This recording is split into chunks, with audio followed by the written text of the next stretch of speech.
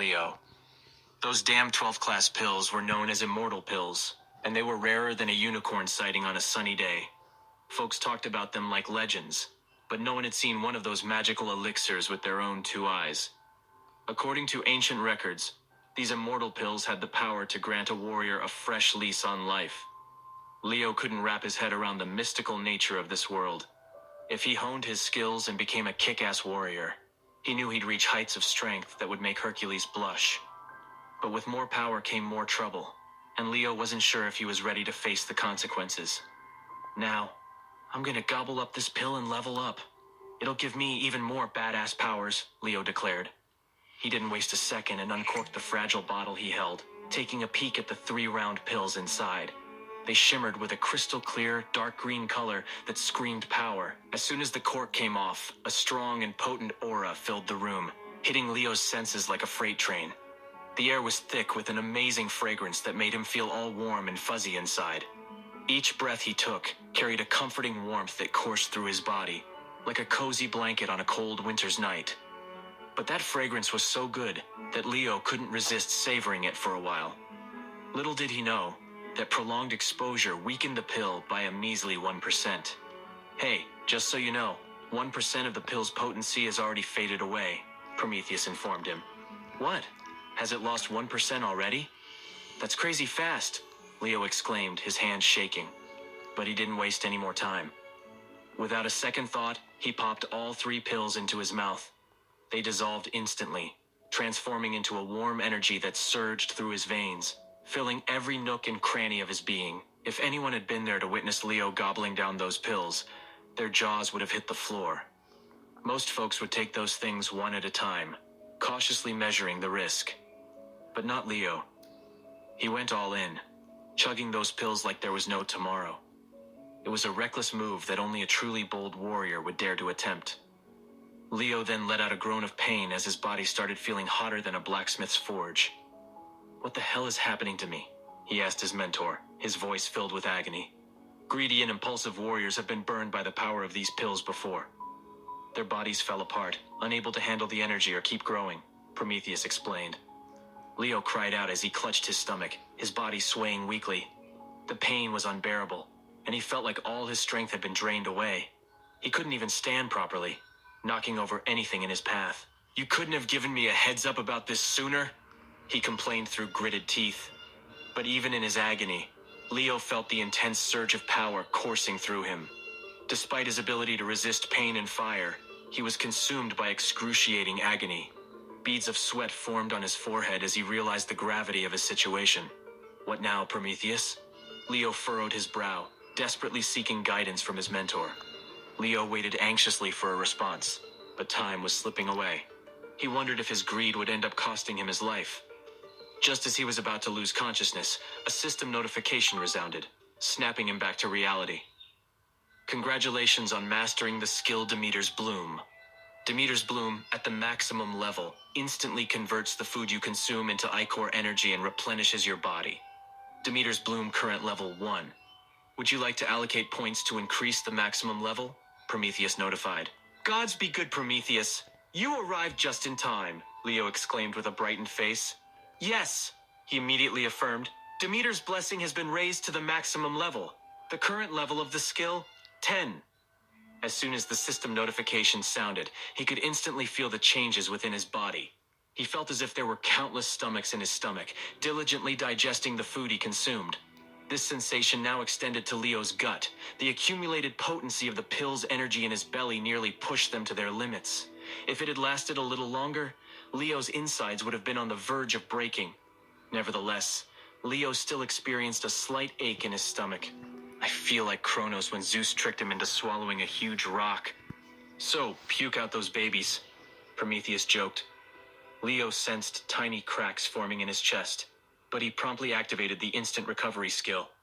In the blink of an eye, the cracks on his body healed. Leo burst into laughter. Demeter's Bloom allowed him to rapidly absorb the energy and integrate it as part of his strength. Consuming the Panacea pill granted him 64 skill points in total. Congratulations on leveling up! Congratulations on leveling up!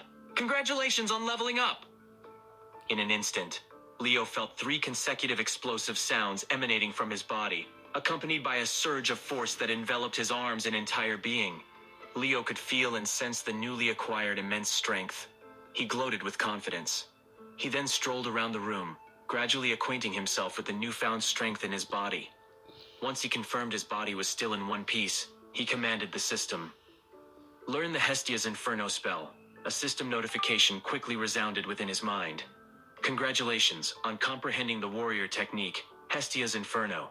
Hestia's Inferno is at maximum level. It can reach the peak of the Archon. When activated, its power is doubled. The power of the skill is doubled upon activation? Leo smiled, as the Pandora's box happened to contain another complementary fire attribute skill. Hydra Rebirth Sword Technique, Leo exclaimed excitedly. Congratulations on comprehending the skill, Hydra Rebirth Sword Technique. You have reached the maximum level.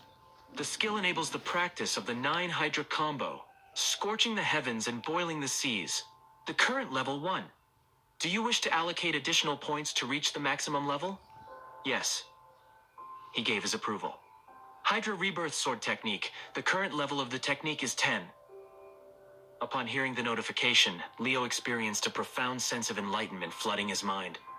It was as if he had gained a complete understanding of the technique. He could swear that if he were to wield a sword right now, he would be able to flawlessly execute the Hydra Rebirth Sword Technique. The only thing he lacked was a sword, and it seemed that the system was aware of what his hands were itching to hold. It immediately prompted him. There's a sword waiting for you to clasp it by the hilt. Maybe you should give it a try. Unsheath it to awe at its might. Leo chuckled and replied, Equip it. Leo beheld the blade in his hand, a flaming red longsword resembling a fiery dragon. It measured about 9 feet in length, with a fiery red blade and a hilt shaped like a dragon's head. The fierce gaze of the dragon's eyes added a hint of ferocity to Leo's already formidable presence. The sword's blade was said to be forged from the iron found in a dragon's bone, adorned with dragon scale patterns that exuded a domineering aura. Leo could feel the tremendous blaze emanating from it. If he were to use a fire attribute warrior skill with this blade, the power of the technique would be further doubled. With the combination of the primordial skill, Hestia's Inferno, and the Hydra Rebirth Sword Technique, while wielding the Pyro Dragon Sword, the power of the Hydra Rebirth Sword Technique would be tripled. In due time, Leo no longer feared the prospect of facing Igor again. In the blink of an eye, 3 days had elapsed, and tranquility had returned to Heliosia village. Vixina, seemingly forgetting about Leo's previous insolence, continued to bring him food every day. However, the present Vixina appeared even more open-minded than before. Leo couldn't help but be captivated by Vixina's alluring figure. Her beautiful face and stunning physique held him spellbound, making it difficult for his gaze to wander elsewhere. With great effort, he averted his gaze. What's the matter? Little pervert, have you finally had your fill of staring? Vixina's playful voice echoed. Leo looked up in surprise, meeting Vixina's mesmerizing eyes. In an instant, he felt as though he had nowhere to hide under her penetrating gaze. All the thoughts in his mind seemed laid bare before Vixina. As a gentleman, how could you engage in such lewd behavior as peeping? Prometheus chastised him. Miss, you're mistaken, he stammered. I wasn't ogling at you. I was merely trying to enhance my self-control, he swore. As Leo uttered his words, Vixina emerged before him, revealing her figure. At that moment, Leo couldn't recall what he had just said. His mind was consumed by images of plump, beautiful rabbits frolicking in a grassy meadow. You truly are a pervert. Vixina gazed at him with an amused expression on her face. Leo swiftly snapped out of his daydream and addressed Vixina, saying, My dear, it's improper for you to seduce a gentleman in such a manner. I am a person of pure intentions, possessing a noble character as pristine as Perseus. You may try to lure me with your enchanting Medusa-like gaze, but I will not turn to stone. You pervert! Your mouth speaks of purity while your eyes speak of perversion. To Leo's astonishment, Vixina spat in his direction, casting him a disdainful glare. Narcissist! She cursed. Vixina's words left Leo dumbfounded, while her flirtatious gaze left him feeling elated and off balance. By the way, today is the day when the strong men from our village venture into the mountains for hunting. Would you like to join us? She asked. Leo had been leading a carefree life for the past few days. Every day, Vixina would bring him 3 simple meals, which he gratefully savored. Leo believed that Vixina had rescued him and continued to care for him. However, he could not simply indulge in village life indefinitely. Thus he nodded in agreement. All right then. I'll guide you to the village entrance. Vixina smiled a smile that ensnared hearts and held them captive. Meanwhile, walking along the village's small pathway, Leo inquired, "Does your village go hunting in the mountains only once a month?" Vixina's expression took on a tinge of annoyance as she responded, "Every 10th, 20th, and 30th day of the month, the young adults in our village gather to venture into the mountains for hunting. However, good fortune has been scarce. We only capture small animals, as it is already quite challenging. No one dares to venture deep into the mountains, for it is rumored that a powerful demonic beast resides there, reigning as the king of the mountains." Leo hadn't anticipated that aside from the Ember Beast Plains, an ordinary mortal mountain would also be inhabited by a demonic beast. Upon further reflection, Leo conjectured that perhaps the outer region of the Ember Beast Plains had coincided with the mortal mountain range, and due to the absence of natural predators, the demonic beast had claimed the mountain as its kingdom, exerting control over all the wild creatures in the vicinity. As Leo spoke, he and Vixina arrived at the village entrance. The village chief stood there, offering instructions to the 10 robust young men, while his eyes gleamed with excitement upon seeing Leo's arrival. Upon catching sight of Leo, the old village chief's expression transformed as if he had encountered his father's spirit. Leo couldn't comprehend what was going on in the old village chief's mind. Whether he intended to invite him to join the hunting expedition, or was he being a part of another scheme, Leo did not know. However, Leo had already deciphered the old village chief's intentions within his thoughts. He even suspected that the old village chief had influenced Vixina to persuade him using her charm. However, since he had rescued the old man, he felt compelled to fulfill his promise. "Maybe you were too soon to make a promise to the old-timer. This might as well be a trap." Prometheus offered his wise counsel. At the same time, with a warm countenance, the village chief regarded Leo and exclaimed, "Our mighty champion! Have you heard about our plans to venture into the mountains for hunting?" As he spoke, sorrow clouded the geezer's face. The wrinkles on his face resembled the arid cracks of parched earth. "Even my son perished in that forest, succumbing to the jaws of a gray wolf," he revealed. The old village chief then feigned a few tears, fooling those ignorant of the truth into believing that his son had met such a pitiable demise. Leo pretended to be deeply moved, but from the corner of his eye, Leo discreetly observed Vixina. He noticed her furrowed brows, indicating that she was well aware of the chief's true nature and was exasperated by his pretentious behavior. Leo swiftly comprehended the situation. Vixina, too, despised the old village chief. Why not seize this opportunity to bring her some joy, he thought. Leo skillfully simulated a mournful expression. Observing this, the chief nodded solemnly, appearing as though he could endure the situation. But Leo had another sentence up his sleeve. "But what does this have to do with me?" Leo's words left the village chief dumbfounded.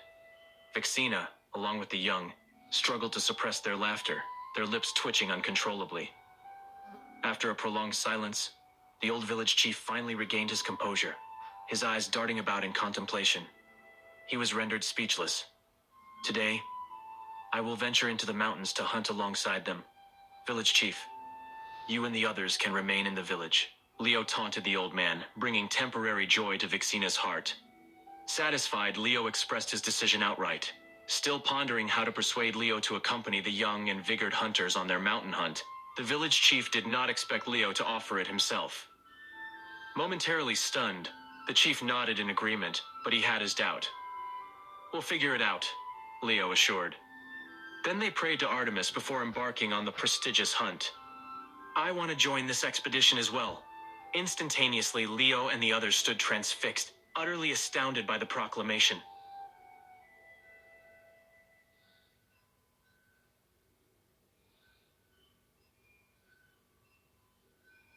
"I wish to join this expedition," echoed the sweet voice of the fox demon from afar, but her insistence was swiftly met with opposition. "That's absurd," exclaimed the old village chief. However, before he could utter another word, a deep roar resonated from a yellow mud house at the village entrance. Upon hearing the commotion, the village chief and the group of robust young men immediately transformed their expressions. Fear crept onto their faces, leaving Leo puzzled. It seemed that the villagers were acquainted with the voice, evident from their tense muscles and fixed gazes, as if they were staring down a perilous creature. Leo couldn't help but wonder, who could evoke such fear in these people?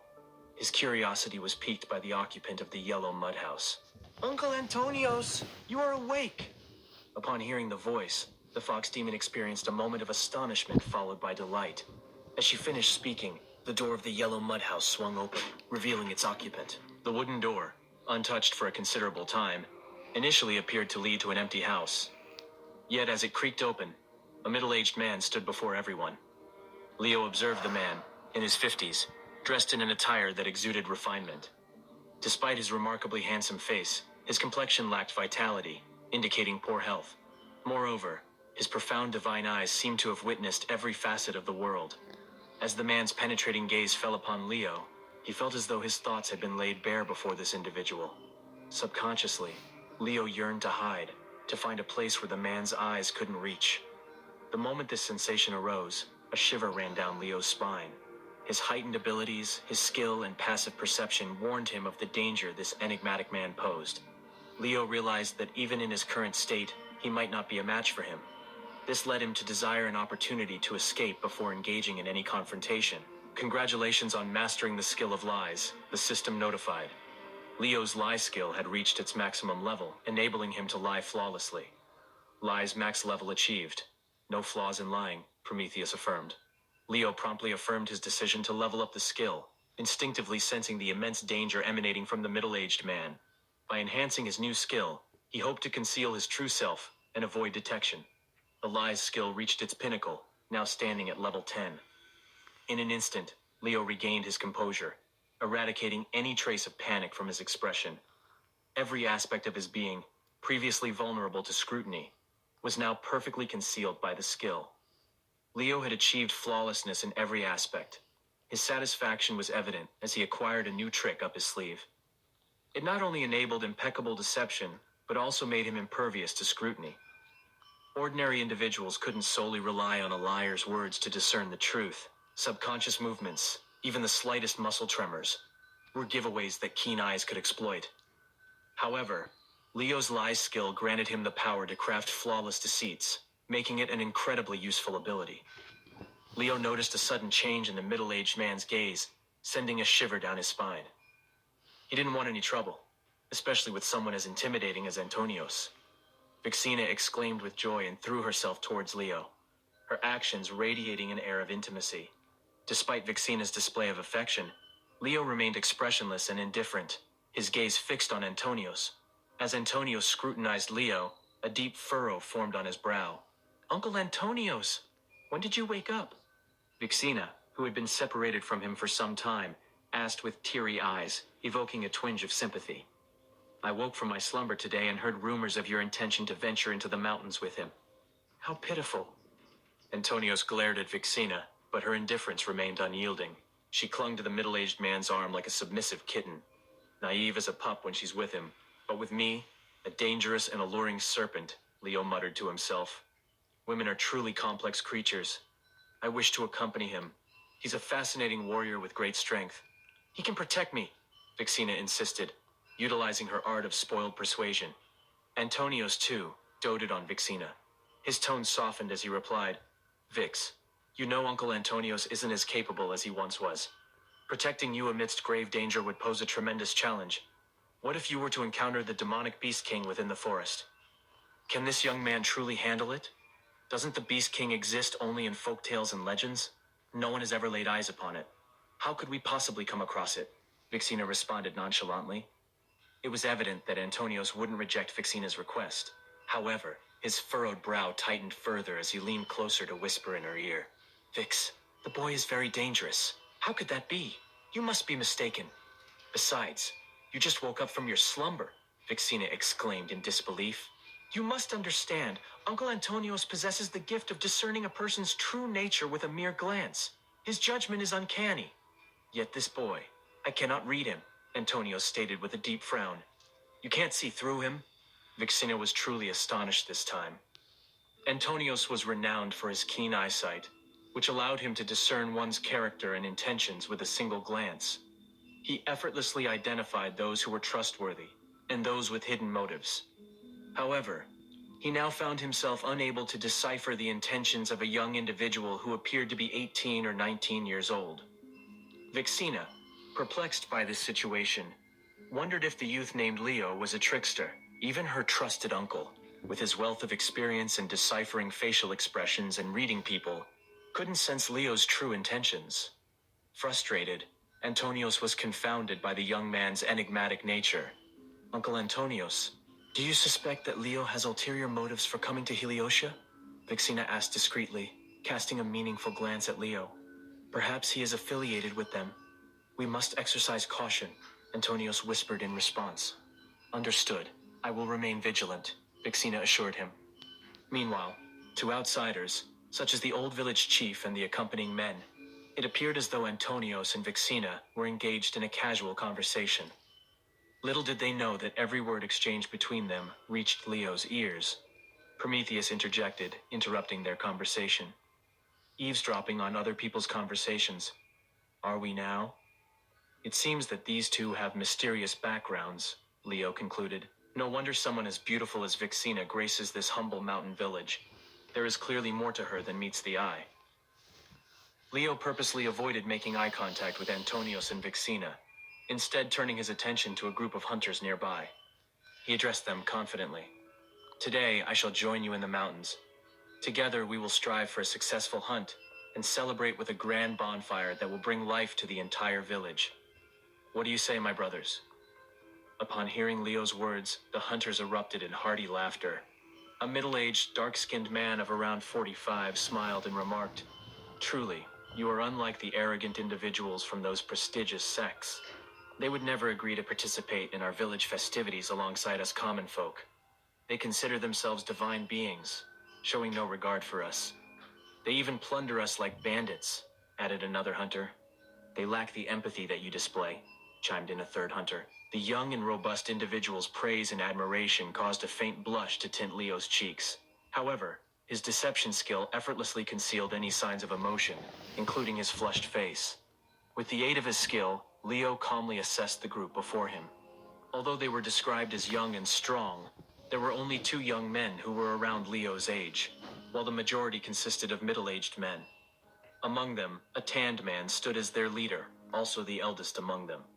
His body bore numerous scars, claw marks, bite marks, lacerations, and puncture wounds, a testament to the countless life and death battles he had courageously endured. Leo noticed a glimmer of reverence in their eyes whenever they looked at the middle-aged leader. Mighty hero, they whispered within the group. But amid the murmurs, a slightly youthful voice emerged. Leo turned his attention toward the source and found a young man gazing at him. Our mighty hero, my name is Christos. The young man introduced himself, his muscular physique emphasizing his earnest demeanor. His eyes gleamed with admiration as he locked his gaze on Leo. In a single glance, Leo perceived the intensity behind Christos' stare. Were it not for his insight skill, which granted him a glimpse into people's souls, he might have mistaken the man's intentions for something malicious. Just call me Leo. There's no need to address me as a mighty hero all the time. It's rather embarrassing, Leo replied with a smile. All right, Christos readily agreed, returning a pleasant smile. Before Christos could respond further, the middle-aged leader playfully smacked the back of his head. Do as our hero commands. Show proper respect to the god sent, their leader chided Christos. The leader then extended his hand to introduce himself. I am Nikolaos, his father. I am Patroclus. I am Georgios. My name is Thoros. As Leo observed each of the hunters revealing their names, he found himself influenced by their genuine and welcoming nature. Waving his hand, he declared, Let us proceed. We shall venture into the mountains directly. Upon our return, we shall rejoice with our loved ones, feasting on meat and wine, giving thanks to the goddess Artemis for her blessings. Meanwhile, behind Leo, Vixina gazed at his transformed countenance, her eyes devoid of fear and doubt. I've made up my mind. I want to accompany them into the mountains, Vixina declared, her unwavering gaze fixed on her uncle, brimming with determination. Why are you so stubborn? Antonios immediately responded. Fine, I will go with you. Really? But what about your health? Vixina asked, surprise evident in her voice. She looked at Antonios with concern, clearly worried about his physical condition. It has become too perilous lately. I cannot bear the thought of letting you go alone. Antonio stated firmly, his tone resolute. His determination to accompany Vixina and ensure her safety was unwavering. Curious about Vixina's decision, Leo wondered, why did she choose to join us on this mountain hunt? He had assumed that she had been sent by the village chief to recruit him for the hunting team in order to protect the men. However, it seemed that reality did not align with his expectations. Vixina responded playfully, casting a seductive glance at Leo. Why not? Shouldn't you be glad that I'm willing to join you? With my captivating presence on this mountain hunt, shouldn't you be happy? Leo waved his hand dismissively and replied, All right, if you want to come, then come. Addressing Nikolaos, Vixina asked while gripping his arm and shaking it, Mr. Nikolaos, can Antonios and I accompany you into the mountains for the hunt? Blushing, Nikolaos subtly pulled his arm away. Sure, you can come with me. With him protecting you, I will have one less person to worry about. Nikolaos responded. Yes, Uncle Antonios is very strong, Vixina exclaimed with a smile, rolling her eyes at Leo. She added, I don't need your protection, and mockingly stuck her tongue out at him.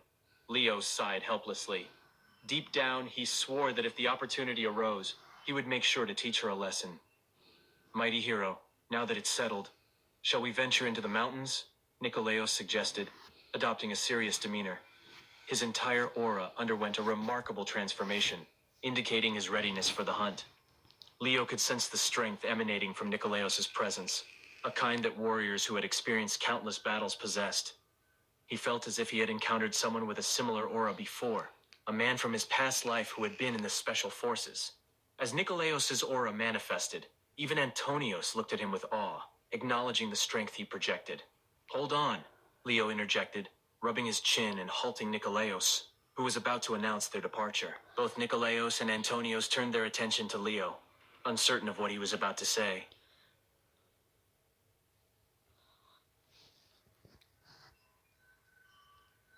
Let us proceed with caution. If any threat takes advantage of the situation and besieges the village, we will have no fighting forces left, Leo cautioned, his eyes narrowing. Since I have taken an oath to protect the village, I will face any dangers that may arise. After all, safety is not something to be taken lightly. Do you think the bandits from the Ajax sect might come looking for trouble? Vixina asked. It's not just them. Leo shook his head. Have you forgotten what that foolish Igor said? What did he say? Christos inquired with curiosity. He mentioned something about a massive beast tide heading towards the village in 2 weeks.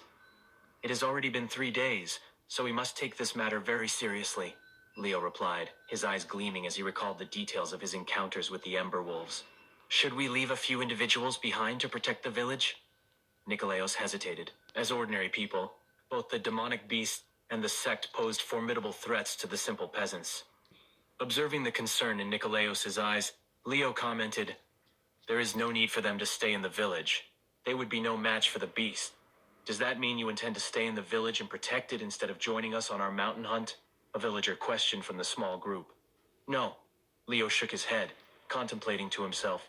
Demonic beast, Ember Wolf, appear. In an instant, beams of light flashed around the group of strong men. Within the blink of an eye, 11 Ember Wolves materialized, filling the air with a daunting aura of demonic energy. It's a pack of Ember Wolves, exclaimed one of the villagers. The sudden appearance of fiery Ember Wolves and their encirclement instilled a momentary panic in the group of sturdy men. However, Nikolaos was the first to regain his composure and shouted, Stay calm. Form a defensive formation. Nikolaos' voice stirred the hearts of the common people, compelling them to respond as commanded. They gathered together, forming a protective circle around Leo, Vixina, and Antonios. While the strong men wore serious, intense expressions, Antonios' gaze remained fixed on Leo, a glint of astonishment gleaming in his eyes. Are you a beast tamer? Antonios asked Leo directly, breaking his silence. A beast tamer? What's that? Leo inquired, unfamiliar with the term. A beast tamer is someone who possesses a profession on par with blacksmiths, alchemists, and puppeteers. They have the ability to command demonic beasts to fight alongside them. Skilled beast tamers can even subdue mighty dragons to fight in their stead. In that case, yes, I am a beast tamer, Leo replied casually. He simultaneously patted Nikolaos on the shoulder, urging him to calm down. Don't get too worked up. These are not the Ember Wolves you remember. Step aside. What do you mean? Aren't these the Ember Wolves from the Ember Beast Plains? We've encountered them before, a man from the hunting party exclaimed. That's right. Delphos village had an Ember Wolf that came from elsewhere. It took the sacrifice of 5 people before our Nikolaos managed to slay it. They look exactly like that one. No need to fear. Leo surveyed the group of Ember Wolves and declared, You shall protect the village. If you encounter other demonic beasts or any threats approaching the village, engage them in direct combat if they refuse to yield. Upon hearing Leo's words, the Ember Wolves roared in unison. They stood upright, then sat on the ground with their hind legs resting, while their forelimbs were crossed over their chests, tongues hanging out. They appeared obedient and submissive. The sight of the beasts left everyone in awe. Even the villagers who had heard their howls were taken aback upon witnessing the beast they had always feared. Is this still an Ember Beast? This is clearly an Ember Wolf. No, it's an Ember Dog. This Ember Wolf lacks the majesty of a true wolf. It has been tamed to be so docile and subservient to a person. The villagers continued to murmur, astonished at the sight of demonic beasts being commanded by a mere human. The people were now in complete admiration of Leo, for he was full of surprises and truly seemed like a godsend. The pack of Ember Wolves belonged to the top tier of demonic beasts, equivalent to first-level Vanguard warriors. Demonic beasts were categorized in the same way as warriors in this realm, with 9 different stages a warrior could belong to. However, the crucial difference between demonic beasts and warriors lay in their physical strength. Demonic beasts possessed significantly greater physical strength compared to warriors of the same stage. As a result, when facing beasts of the same stage, they usually held an advantage in terms of strength. Ember Wolves were known for their teamwork and were social animals. Even if a threat like Igor were to encounter a single Ember Wolf, it would meet its demise instantly. This was precisely why Leo had unwavering confidence in assigning the task of guarding the village to the beasts while he ventured into the mountains with the hunting squad. I never expected you to tame a ferocious demonic beast like an Ember Wolf as your ally, let alone 10 of them, Nikolaos praised Leo as he led the way. Mr. Leo, your abilities are truly exceptional. I must admit, I'm tempted to capture a blind bear and make it my own pet, all because of the inspiration I've derived from witnessing your actions. Christos chimed in, causing everyone to burst into laughter, while Antonios remained brooding. Mighty hero, pay no attention to Christos. He's never been the sharpest tool in the shed. Don't let his words influence you. Nikolaos playfully smacked Christos's head. Observing Nikolaos's effortless and graceful movements, Leo couldn't help but speculate why Christos lacked intelligence. As they ventured further into the forest, they found themselves surrounded by towering mountains, dense trees, and lush vegetation. The group proceeded cautiously, maintaining silence.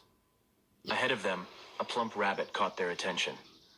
Nikolaos signaled for everyone to halt, then stealthily approached the little rabbit.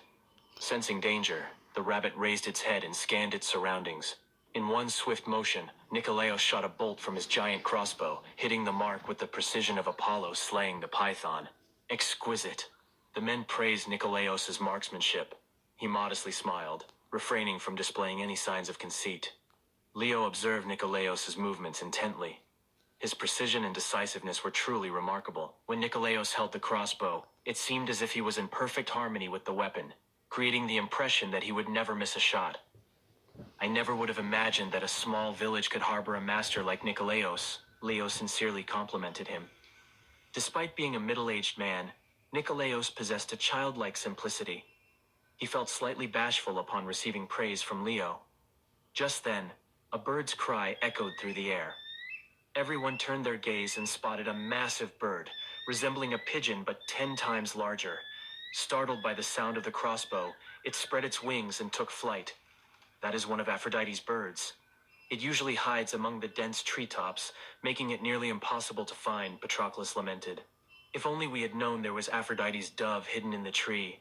We could have hunted it to ensure we had enough for the entire village during the challenges of last winter. Indeed, the dove would have provided every household in our village with an abundance of meat, added another villager. What a pity, Nikolaos remarked. He knew who his next target with the crossbow would be. But did the hunting party stand a chance against the enormous bird? He was uncertain. The villagers' ambition was palpable, fueled by the presence of a formidable hero. However, the lingering concern of the hunters becoming the hunted weighed heavily on his mind.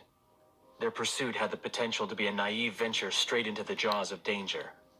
Regretfully, Nikolaos uttered, "It got away," as his eyes remained fixed on the blurred shadow of Aphrodite's dove that had vanished in the blink of an eye.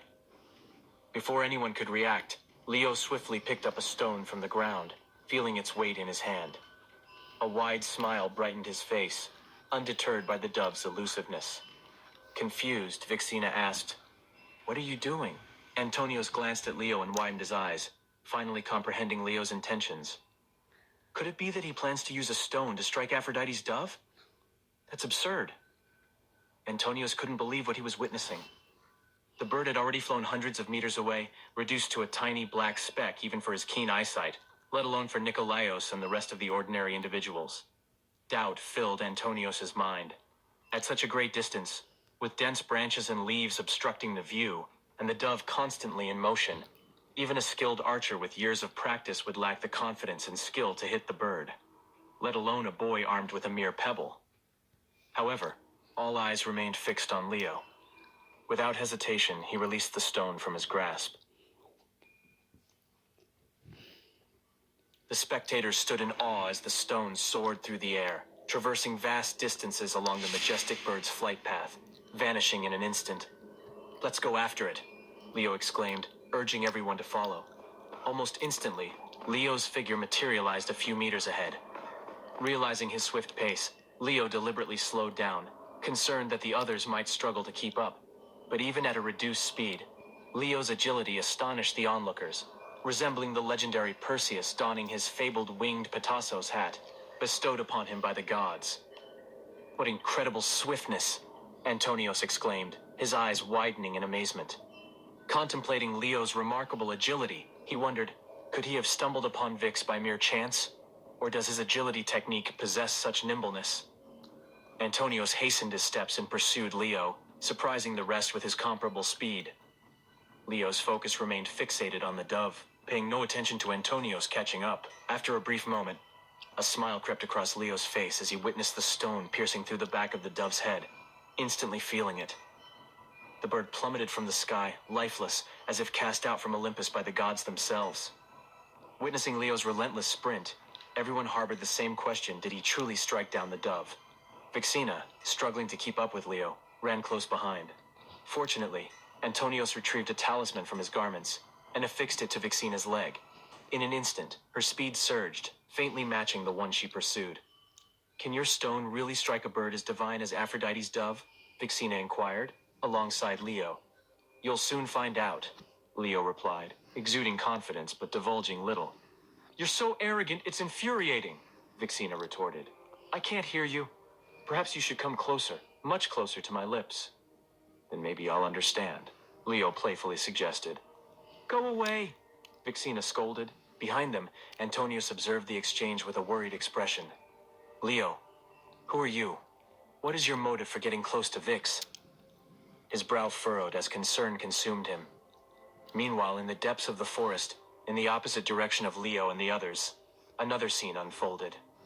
"Young master, I've heard that you've been accepted as a disciple by an elder in the Ajax sect. Your future is boundless, and this is certainly a cause for celebration. We must raise our glasses to the gods.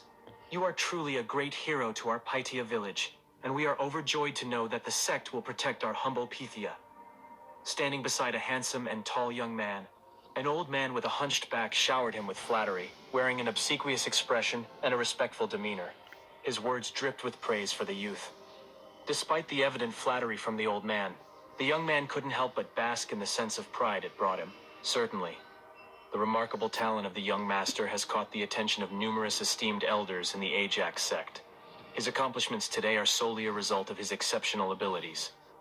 Beside the young man stood a man in his prime, appearing to be the same age as Nikolaos. This man didn't hold back his praises either. "You are absolutely correct," the young man replied. "Ordinarily, disciples of the sect are not allowed to leave the mountain without permission. However, due to my talent being recognized by the teacher, He requested me to accompany the group to collect resources in the village for 2 days.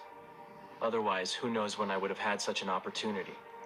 The young man pretended to express regret, but his face betrayed a hint of arrogance, relishing in the attention bestowed upon him by the sect and his esteemed elder master. The hunchbacked old man and his companion continued to shower the young man with flattery, careful not to show any negligence. I've returned just in time for the village's hunting day. Today, you all shall witness the prowess of a warrior of my caliber, proudly declared the young man, displaying a confident smile. That is marvelous, nodded the old man and his accomplice in agreement. Suddenly, a commotion erupted in front of them as a massive dove emerged from the depths of the forest. Instantly, the entire group of dozens of people became excited. Look, it's Aphrodite's dove. The bird's meat is delicious, but it is notoriously challenging to catch. May the gods be kind, for with young Master Lycos present today, we are in for a feast. Blessings from Hera, cried another man. This dove has willingly presented itself to us. How can I allow it to escape? Lycos fixed his gaze on the soaring bird. Suddenly, a surge of astral energy burst forth from his hand, transforming into a myriad of sharp spikes. Their immense force made everyone around feel as though their hearts were about to be impaled. So, this is the formidable power of a warrior, whispered the villagers in shock, their hearts trembling. Lycos could already envision the terrified expressions on their faces, and his own countenance brimmed with pride. Without wasting a moment, Lycos swung his hand, and a sharp astral energy shot through the air with an eerie cry, hurtling towards the bird. Today, we shall set this forest ablaze. Follow me, and we shall savor the succulent meat of this dove. A smug smile formed on the corner of Lycos's mouth. With this attack, he was confident that the cloud pigeon would be struck through the heart and become their feast. However, in an instant, Lycos's eyes narrowed in surprise. The dove altered its flight path, as if it had suddenly lost all its strength, descending gently. Lycos's energy-fueled strike had merely pierced through the wings of the cloud pigeon, failing to hit its vital points. This turn of events brought a scowl to his face. Look! The young master has successfully brought down the bird. Everyone hurriedly rushed towards the spot where the dove had descended. What could have happened? Lycos frowned, his expression filled with confusion. At the same time, in the heart of the forest, the hunting party from Heliosia village raced through the dense foliage, following Leo's lead with unwavering determination. Their objective was to reach the location where their prey had fallen. From a distance, a vague white figure lay on the ground. These men, seasoned in their encounters with wild creatures, immediately recognized the true identity of the figure at a mere glance. Brother Nikolaos, it's Aphrodite's dove. Leo actually managed to bring it down, exclaimed one of the hunters, astonished by Leo's feat. Though they were over 100 meters away from the fallen dove, obstructed by dense vegetation, the sight of its lifeless body left them no choice but to accept the reality before them. Leo's display of strength had left them awestruck. Leo, you actually hunted down that bird from such a distance. Vixina gasped in shock, her eyes fixed on Leo and the lifeless creature. Was that technique just now the mark of a 6th-level Vanguard warrior's attack? Antonius questioned, his amazement evident. Leo remained unfazed. However, a crease formed on his forehead as he muttered under his breath, "Someone dares to steal my prey?" In an instant, Leo activated his rush skill, appearing beside the fallen bird in the blink of an eye. But as he arrived, a group of individuals emerged from the surrounding bushes, confronting him. Upon seeing Leo, the group immediately grew wary and cold, eyeing him with suspicion. "Who are you? The Pythia village is here for the hunt! You idle spectators should leave!" One of the Pythia villagers barked, brandishing his spear threateningly. "What is the commotion about?" Lycos inquired, furrowing his brow as he directed his question toward the villagers. "Young master, this boy suddenly appeared next to our dove. I suspect he intends to steal our hard-earned prize," one of the villagers explained, pointing an accusing finger at Leo. "Our dove?" Prometheus interjected, his curiosity piqued. Leo motioned for Prometheus to remain quiet, simultaneously signaling his companions Vixina and the others, who had finally caught up, emerging from the forest. Upon catching sight of Lycos and his group, Nikolaos and his companions immediately assumed a hostile stance. Nikolaos scowled, his eyes burning with animosity as he observed them. "Nikolaos, always as fiery as ever," remarked the middle-aged man standing beside Lycos, who then sneered. "Didn't I warn you? Hunting wild rabbits on the outskirts of the forest is the limit. Venturing deep into Gaia's Peak for hunting is strictly forbidden. How dare you trespass? Mihalis, Gaia's Peak doesn't solely belong to your Pythia village. It also belongs to the surrounding villages. Why are you all so greedy? Are you trying to claim the mountain as your own? Nikolaos stared at Mihalis, countering his words. Leo's eyebrows shot up upon hearing Nikolaos' response. You impudent swine! You forget your place. Not only did you disregard my words, but you also show no regard for our village, Mihalis spat, confronting Nikolaos. And now you're trying to claim the prey we hunted as your own? Kostas, an old man standing beside Mihalis, raised his voice. Is your Hiliosia village seeking war with our Pythia? Nikolaos' expression instantly darkened, reflecting his displeasure and discontent with the accusation. Every resident of Heliosia village clenched their teeth and cast fierce glares at the inhabitants of Pythia village. Such insolence! It's clear that we hunted this damn bird, and you're the ones attempting to steal our prey. Nikolaos retorted angrily, although his eyes betrayed a lack of confidence. The men of Heliosia shared Nikolaos' doubts, and were burdened by a tinge of guilt. It's possible that the people from Pythia did indeed hunt the bird. No matter how skilled Leo is, it's unlikely for him to accurately strike and kill a fleeing bird from such a distance and among numerous obstacles. Moreover, the boy uses stones as weapons. Doubts filled the minds of all the men from Heliosia village. Their gazes turned complicated as they looked at Leo. While they acknowledged Leo's strength, they never expected him to inadvertently cause such a colossal misunderstanding. And now, because of Leo, they were accused of provoking Pythia village, which was situated merely 100 miles away from the largest village settlement, Agios. The predicament posed a threat to the entire village, as Heliosia was no match for Pythia. Among the 5 villages near Gaia's Peak, Heliosia village hardly qualified as a proper village. Its population couldn't even rival that of a small family residing in Pythia village. If the humble village truly provoked Pythia, given the latter's barbaric nature, they would find themselves in dire trouble. Furthermore, rumors circulated about Pythia's connection to the esteemed Ajax sect. Throughout the year, Ajax sect's disciples were stationed in Pythia village, and talented individuals from Kato village were recruited directly into the sect. The men of Heliosia recalled their previous encounter when they ventured into the mountains to hunt and came across Mihalis, who boasted his superiority and forbade them from trespassing into the depths of the mountain. If it weren't for Leo's bravery, they would never have dared to defy the man from Pythia. Brother Nikolaos! Thoros gently nudged Nikolaos from behind, attempting to communicate his intentions. Despite Thoros' attempts to persuade Nikolaos to retreat, Nikolaos understood the unspoken message in Thoros' words. Ignoring the plea, he maintained his unwavering gaze at Mihalis, firmly believing that Leo was solely responsible for capturing Aphrodite's dove.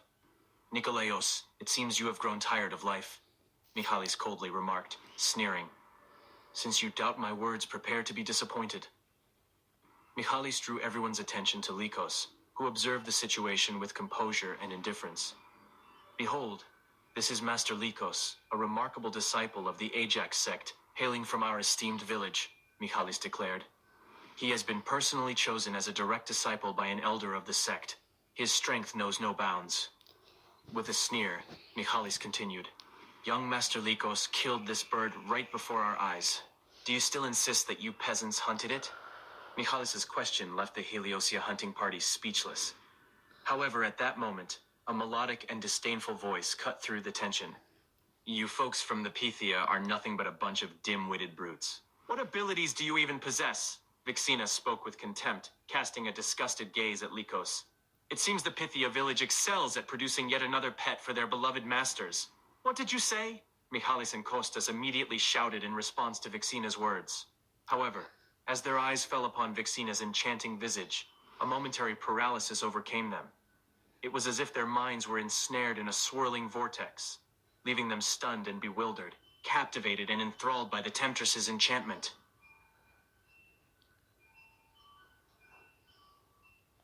Lycos fixated his gaze upon Vixina, taking in her breathtaking beauty and irresistible charm. Though a fleeting dizziness momentarily threw him off balance, he quickly regained his composure. Yet even as he collected himself, Lycos couldn't help but think, holy smokes, how can such a stunning dame exist in this humble backwoods town? It's like having a drop-dead gorgeous goddess among mindless yokels. Lycos's intrusive gaze lingered on Vixina, his mind already concocting a plan.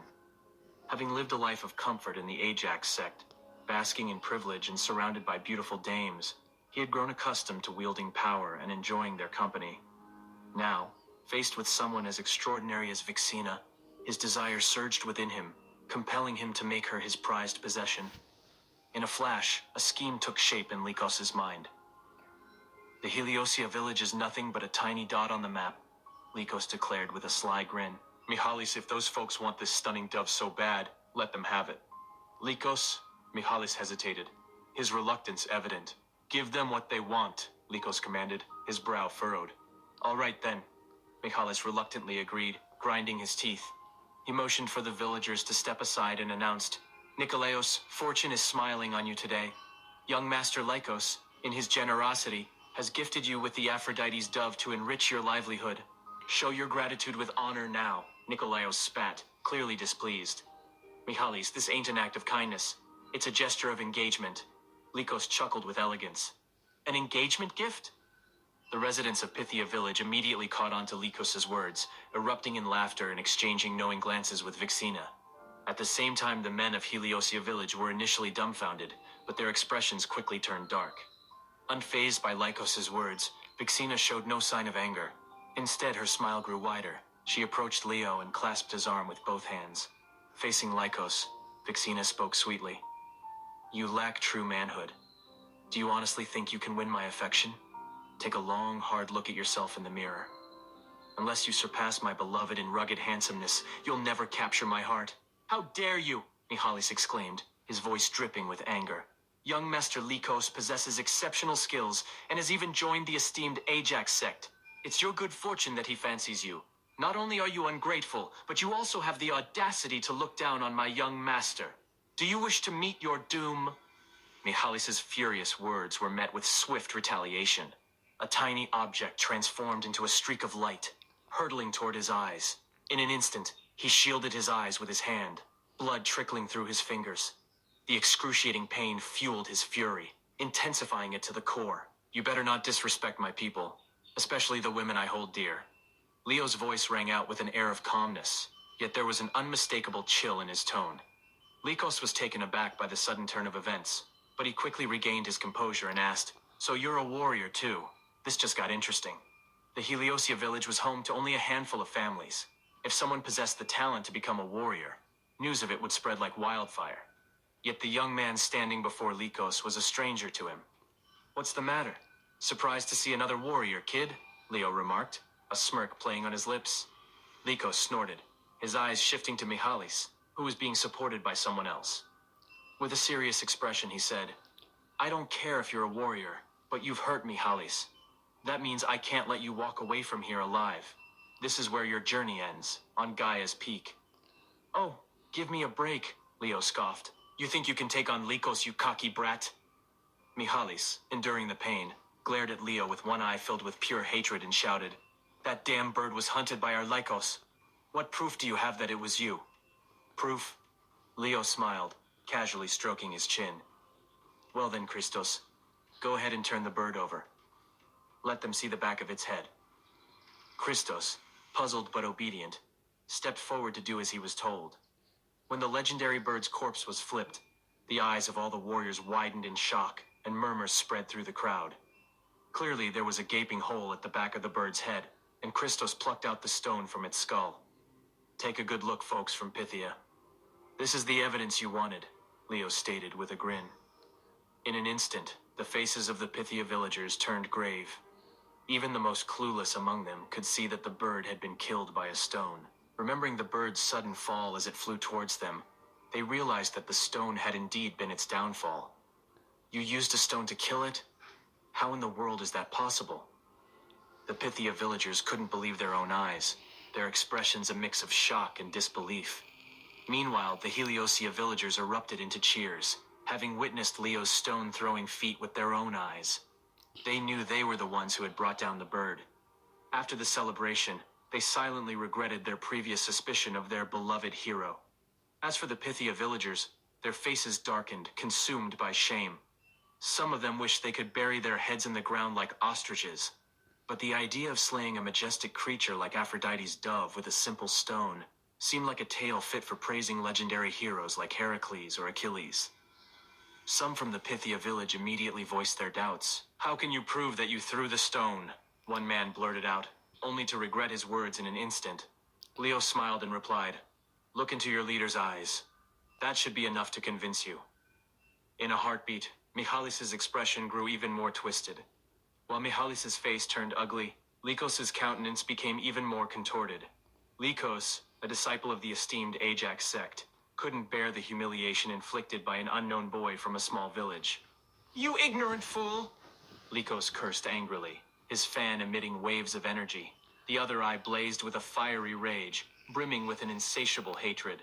The Pythians always looked down upon Heliosia, considering themselves the superior town, blessed with abundance while Heliosia was plagued by misfortune. "Send him to the ferryman.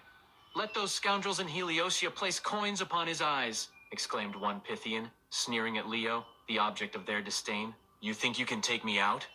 "Talk about being delusional," Leo retorted casually, locking eyes with his supposed adversary. Before Lycos could respond, a barrage of energy swords erupted into the air. These ethereal blades tore through the atmosphere, charging fiercely towards Leo in an onslaught. Leo's gaze narrowed. A blazing crimson longsword materialized in his grip, flames flickering along its blade, emanating a potent and formidable presence.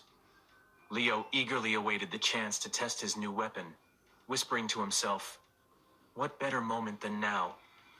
In an instant, Leo's pyro dragon sword clashed with the energy blades released from Lycos's folding fan. The metaphysical swords conjured by the fan dissipated instantly, while Leo's own sword energy surged forward, hurtling towards Lycos. Lycos stood dumbfounded, as if he had come face to face with Medusa herself. The sheer power of Leo's sword energy made every hair on his body stand on end. He had no choice but to confront it head-on. Lycos dispersed the fiery sword energy. However, in the process, the sword slipped from his grasp in a frantic scramble. "What power!" Lycos exclaimed in astonishment.